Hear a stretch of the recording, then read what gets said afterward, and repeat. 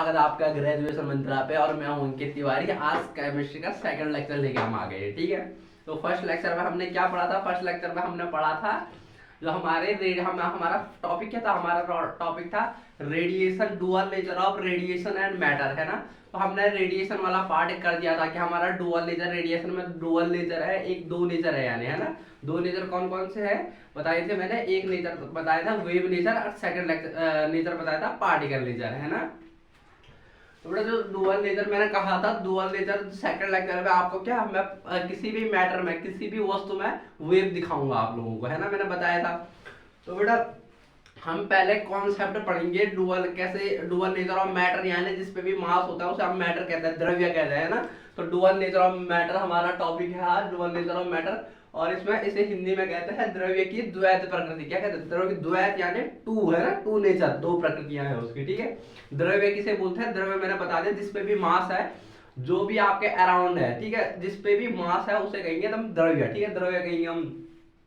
तो बेटा देखो, जो हमारा जो ये मैटर है ना, जो मैटर है, तो हमें पता कैसे चला? जैसे हमारे मैंने बताया था आइंस्टीन सर ने, उसमें जो रेडिएशन था तो उन्होंने बताया था ये क्या डिस्क्रीट फॉर्म में चलता है, उन डिस्क्रीट पैकेट के, एनर्जी पैकेट के फॉर्म में चलता है ना।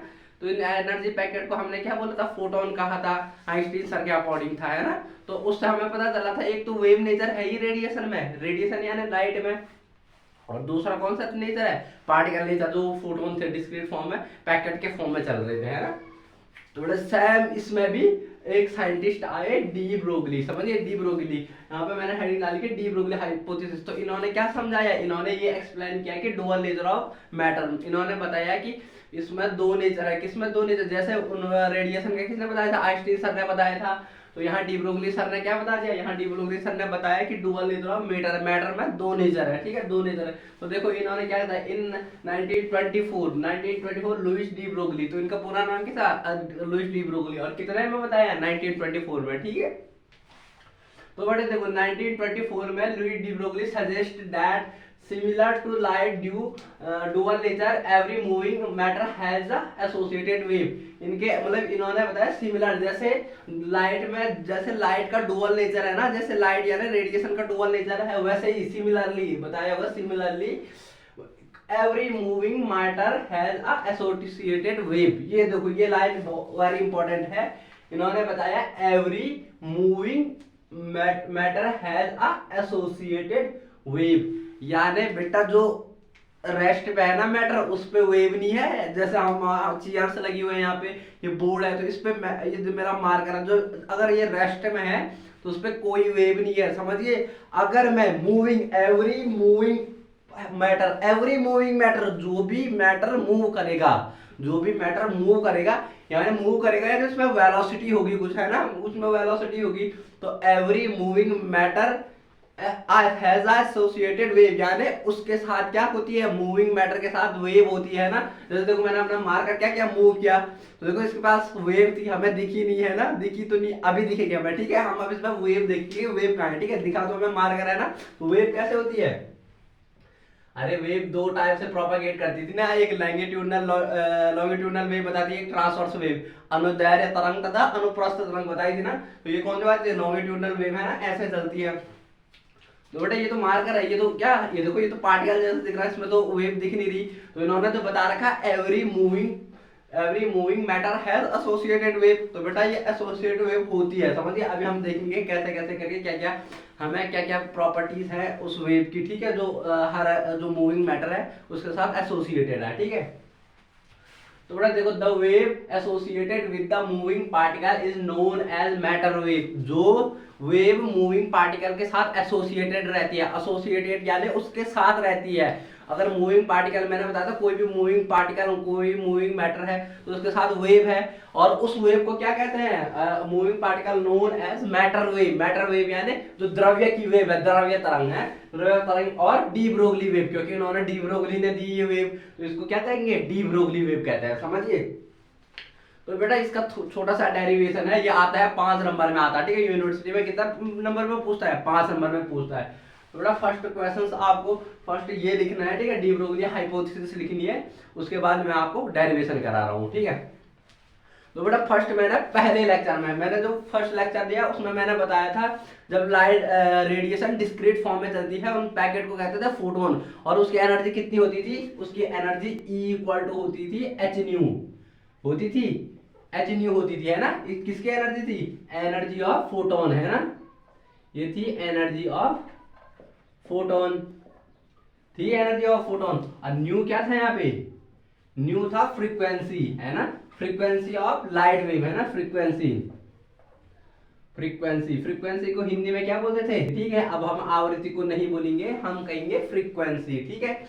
तो बेटा म्यू थी फ्रीक्वेंसी, और एच क्या है, एच है प्लैंक कांस्टेंट, मैंने बताया था प्लैंक कांस्टेंट, है ना, कांस्टेंट, कांस्टेंट यानी स्थिरांक, है ना, प्लैंक स्थिरांक, है ना, कांस्टेंट यानी कि इसकी कुछ वैल्यू होती है, ठीक है, इसकी वैल्यू मैं आगे बताऊंगा, ठीक है। तो E equal to H nu, ये किसके अकॉर्डिंग था, ये आइंस्टीन सर के अकॉर्डिंग था कि फोटोन में इतनी एनर्जी होती है। और एक आइंस्टीन सर की आपको पता होगा, ये तो सबको ही पता रहता है कि एक क्या थी, कंजर्वेशन ऑफ एनर्जी की फॉर्म थी, सर की एक इक्वेशन थी, कौन सी इक्वेशन थी, ये है E equal to M C square, है ना, एनर्जी कंजर्वेशन या मास कंजर्वेशन। ये इक्वेशन नंबर क्या हो गया, सेकंड। यहाँ m इक्वल टू क्या है, यहाँ m इक्वल टू है मास ऑफ पार्टिकल, है मास ऑफ पार्टिकल, और c क्या है, c होती है स्पीड ऑफ लाइट, है ना, speed of light, speed of light यानी लाइट की कितनी स्पीड है ना, स्पीड ऑफ लाइट ये कितनी होती है, ये होती है 3 इंटू 10⁸ मीटर पर सेकेंड, है ना, 3 इंटू 10 बहुत ज्यादा होती है, ठीक है। तो बेटा ये दो इक्वेशन हो गई, E equal to H nu photon की energy, equal to MC square conservation of energy लो, दोनों इक्वेशन को इक्वल टू है तो दोनों को इक्वल कर दूं, तो इक्वल करा मैंने किसको, इक्वेशन नंबर 1 और इक्वेशन नंबर 2 को क्या किया, इक्वल किया, तो ये क्या हो गया बेटा, ये हो गया H nu equal to MC square, हो गया। अब देखो आप लोगों ने पढ़ा होगा, क्या पढ़ा होगा, आप लोगों ने पढ़ा होगा न्यू इक्वल टू होता है सी अपॉन लैम्डा होता है, और लैम्डा मैंने बता रखा तरंग दैर्घ्य, है ना, लैम्डा क्या थी, लैम्डा थी तरंग दैर्घ्य, मैंने बता रखा है ना। वेवलेंथ, वेवलेंथ क्या होती थी, वेवलेंथ होती थी एक वेव एक साइकिल पूरा करने में कितना डिस्टेंस ट्रैवल करती है उसे कहता है वेवलेंथ, है ना, ये थी वेवलेंथ, इतनी डिस्टेंस। तो बेटा म्यू इक्वल टू क्या होता है सी अपॉन लैम्डा, सी क्या थी, सी है स्पीड ऑफ लाइट, लैम्डा क्या, लैम्डा है वेवलेंथ, है ना, वेवलेंथ, वेवलेंथ थी, समझिए वेवलेंथ थी। तो बेटा मैं यहाँ पे म्यू की जगह पे सी अपॉन लैम्डा लिख दूं, तो H equal to C upon lambda equal to M C square, है ना। तो देखो सी से सी कैंसिल हो जाएगा एक, तो ये बच गया H upon lambda equal to M C, हो गया एक इक्वेशन हमारी यहाँ पे से। अब मैं इसे क्या करूंगा, यहाँ पे आगे करूंगा, ठीक है, यहाँ इधर इसे कंटिन्यू करूंगा मैं, ठीक है। बेटा देखो हमारे पास कितना आ गया, हमारे पास आ गया H upon lambda equal to क्या आ गया, एम सी आ गया, समझिए। और यहां से मैं क्या करूंगा, लैम्डा की वैल्यू निकालूंगा, तो लैम्डा इक्वल टू क्या हो जाएगा, लैम्डा इक्वल टू हो जाएगा एच अपॉन एम सी, ये नीचे आ जाएगा, है ना। तो बेटा एक इक्वेशन तो ये हो गई, अगर कोई पार्टिकल अगर लाइट की स्पीड से चलता है, किस स्पीड से चलता है, हम किसी पार्टिकल को, मैटर को लाइट की स्पीड से फेंकते हैं, लाइट की स्पीड क्या है 3 इंटू 10⁸ फेंकते हैं, समझिए फेंक दिया, तो उसमें जो वेव एसोसिएटेड होगी उसकी वैल्यू कितनी होगी, lambda equal to H upon M C, M क्या है उसका मैटर जिसे हम फेंक रहे हैं उसका मास है, और सी क्या है, सी है ओ क्या, सी है स्पीड ऑफ लाइट, समझिए। और इफ क्या, इफ यानी यदि हमारे पास क्या है v वेलोसिटी है, किसकी, वेलोसिटी ऑफ ऑब्जेक्ट या मैटर कह सकते हैं ना, हम कह सकते हैं मैटर, मैटर अगर क्या है हमारे पास, अगर हमारे पास मैंने c वेलोसिटी से स्पीड ऑफ लाइट से तो फेंक नहीं सकता मैं, है ना, मेरी कुछ क्या है लिमिटेशन है फेंकने की, है ना। तो किस वेलोसिटी से मैंने फेंका है किसी ऑब्जेक्ट को, तो अब c की जगह पे क्या आ गया, v आ गया, है ना, c क्या था स्पीड ऑफ लाइट से फेंक रहा था मैं, अब मैं कहीं v वेलोसिटी से फेंक रहा हूं, तो लैम्डा इक्वल टू क्या हो गया h अपॉन एम वी। तो बेटा v क्या है यहाँ पे, v है वेलोसिटी ऑफ मैटर, ठीक है। तो देखो लैम्डा क्या है, लैम्डा मतलब वेव, है ना, वेव तरंग दैर्घ्य, है ना, तरंग दैर्घ्य है ना, वेवलेंथ।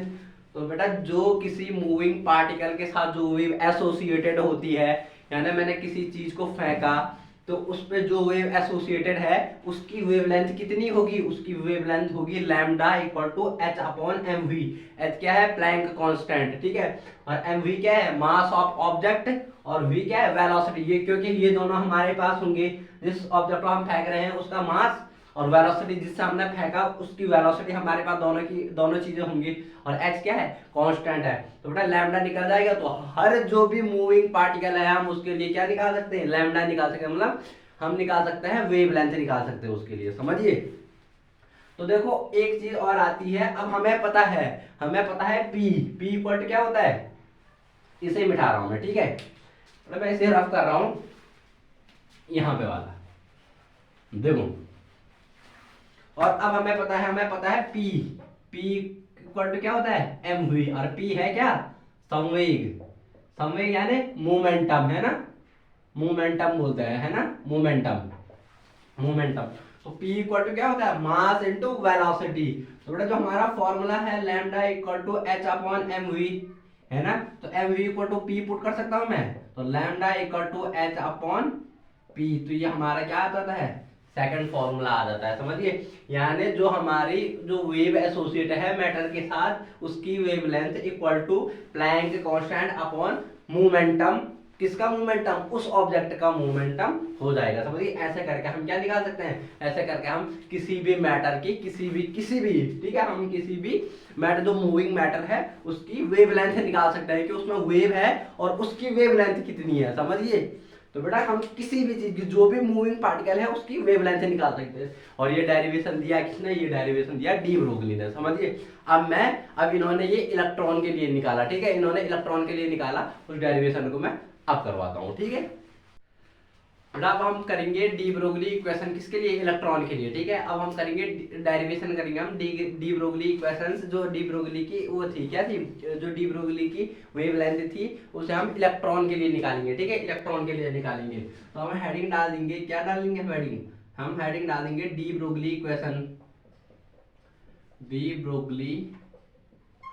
ब्रोगली कौन सी, डी ब्रोगली लैम्डा यानी वेवलेंथ, है ना, वेवलेंथ किसके लिए, फॉर इलेक्ट्रॉन, है ना, इलेक्ट्रॉन के लिए, for electron, D Broglie wavelength for electron के लिए। हमें पता है, हमें पता है k इक्वल टू क्या होता है, kinetic energy equal to half M V square, क्या होती है, काइनेटिक एनर्जी, है ना, काइनेटिक एनर्जी को हिंदी में क्या कहते हैं, काइनेटिक एनर्जी को हिंदी में कहते हैं गतिज ऊर्जा, k equal to half M V square, ठीक है, m क्या है, मास है, v क्या है, वेलोसिटी ऑफ पार्टिकल, ठीक है। तो यहाँ पे हम देख सकते हैं कि k इक्वल टू हाफ, यहाँ पे मैं m के ऊपर दोनों साइड, ठीक है, ऊपर भी नीचे भी मल्टीप्लाई कर रहा हूँ m का, ठीक है, तो v square into M upon M, ठीक है, कर दिया, ऊपर भी नीचे भी m से मल्टीप्लाई कर रहा हूँ, तो ये हो गया हाफ। तो देखो ये क्या हो गया, एम स्क्वायर वी स्क्वायर, ऊपर तो क्या बन गया, एम स्क्वायर वी स्क्वायर, और नीचे क्या आ गया, एम आ गया, ठीक है, इसके साथ मल्टीप्लाई हो गया। तो k इक्वल टू हमें पता है p इक्वल टू क्या है, p इक्वल टू होता है एम वी, तो देखो एम स्क्वायर वी स्क्वायर है तो p स्क्वायर हो जाएगा यहाँ पे, ठीक है, तो हाफ ऑफ यहाँ पे हो जाएगा p स्क्वायर, क्योंकि M V equal to p है, तो M square V square equal to p square हो जाएगा अपॉन 2m, हो गया, p स्क्वायर अपॉन 2m हो गया, है ना। तो यहाँ पे हम p की वैल्यू निकाल देंगे, तो p स्क्वायर इक्वल टू क्या हो जाएगा, p स्क्वायर इक्वल टू हो जाएगा, यहाँ पे नहीं लिखूंगा मैं, ठीक है, मैं लिखूंगा यहाँ पे। तो देखो p स्क्वायर इक्वल टू कितना हो जाएगा, ये वहां मल्टीप्लाई हो जाएगा, तो ये हो जाएगा 2mk हो जाएगा। तो p इक्वल टू क्या हो गया, p इक्वल टू हो गया रूट ऑफ 2mk, है ना, p equal to root of 2mk हो गया। किसके लिए, इसके लिए हमारे पास इलेक्ट्रॉन के लिए एनर्जी कितनी होती है, इलेक्ट्रॉन के लिए एनर्जी होती है k इक्वल टू कितनी, ईवी कैपिटल V, ठीक है, E क्या है, चार्ज ऑफ इलेक्ट्रॉन, और V क्या है, पोटेंशियल ऑफ इलेक्ट्रॉन, V है पोटेंशियल और E है चार्ज ऑफ इलेक्ट्रॉन, ठीक है, चार्ज ऑफ इलेक्ट्रॉन, है ना। तो देखो k इक्वल टू ईवी, तो मैं इक्वेशन नंबर 1 इसे ले लूंगा, इक्वेशन नंबर 2 इसे ले लूंगा, तो इक्वेशन नंबर 2 की k की वैल्यू इक्वेशन नंबर 1 में पुट कर दूं, तो ये क्या हो जाएगा, इक्वेशन नंबर 1 में पुट करने पे ये हो जाएगा p equal to root of 2m है ना m, और k की वैल्यू कितनी हो गई ev हो गई। तो ये आ गया p equal to 2kf ev, equation number इसे 3 ले लो, ठीक है। तो e क्या, m क्या है यहाँ पे मास ऑफ इलेक्ट्रॉन, e क्या है चार्ज ऑफ इलेक्ट्रॉन, और v क्या है पोटेंशियल ऑफ इलेक्ट्रॉन, है ना। पोटेंशियल जितना उसका पोटेंशियल डिफरेंस है उसे लेंगे पोटेंशियल ऑफ इलेक्ट्रॉन। तो देखो हमारे पास क्या था, हमारे पास according to de Broglie wavelength कितनी थी, ये थी wavelength equal to h upon p होती थी, है ना। तो इलेक्ट्रॉन के लिए p कितना है, इलेक्ट्रॉन के लिए p है, तो हम इक्वेशन 3 से वैल्यू रख सकते हैं। पुट द वैल्यू यहाँ पे लिखोगे, put the value of equation number 3 से, ठीक है। इक्वेशन नंबर 3 से तो लैम्डा इक्वल टू कितना हो जाएगा h अपॉन p की वैल्यू कितनी है, p की वैल्यू है इसके लिए रूट 2m ev, समझ गए। ये आपका फॉर्मूला हो जाता है इलेक्ट्रॉन के लिए, जो ये क्या फाइनल फॉर्मूला, ठीक है, हो गया फोर्थ। तो ये क्या है हमारे इलेक्ट्रॉन की, जो इलेक्ट्रॉन के लिए है उसकी वेवलेंथ कितनी होती है बेटा। अब देखो हम m हमें पता है, m क्या है, m है mass of electron. Mass of electron क्या होता है 9.1 into 10⁻³ होता है किलोग्राम, है ना। e क्या है, e है चार्ज ऑफ इलेक्ट्रॉन, ये कितना होता है 1.6 into 10⁻⁻19 कूलम होता है। और ये क्या है e क्या, e हो गया, ठीक है। और h क्या है, h है प्लैंक कांस्टेंट, मैंने बताया था h क्या है प्लैंक कांस्टेंट, और प्लैंक कांस्टेंट की वैल्यू होती है 6.62 into 10⁻34, समझिए। और सारी वैल्यू किसमें, हम इसमें पुट करेंगे अभी, ठीक है।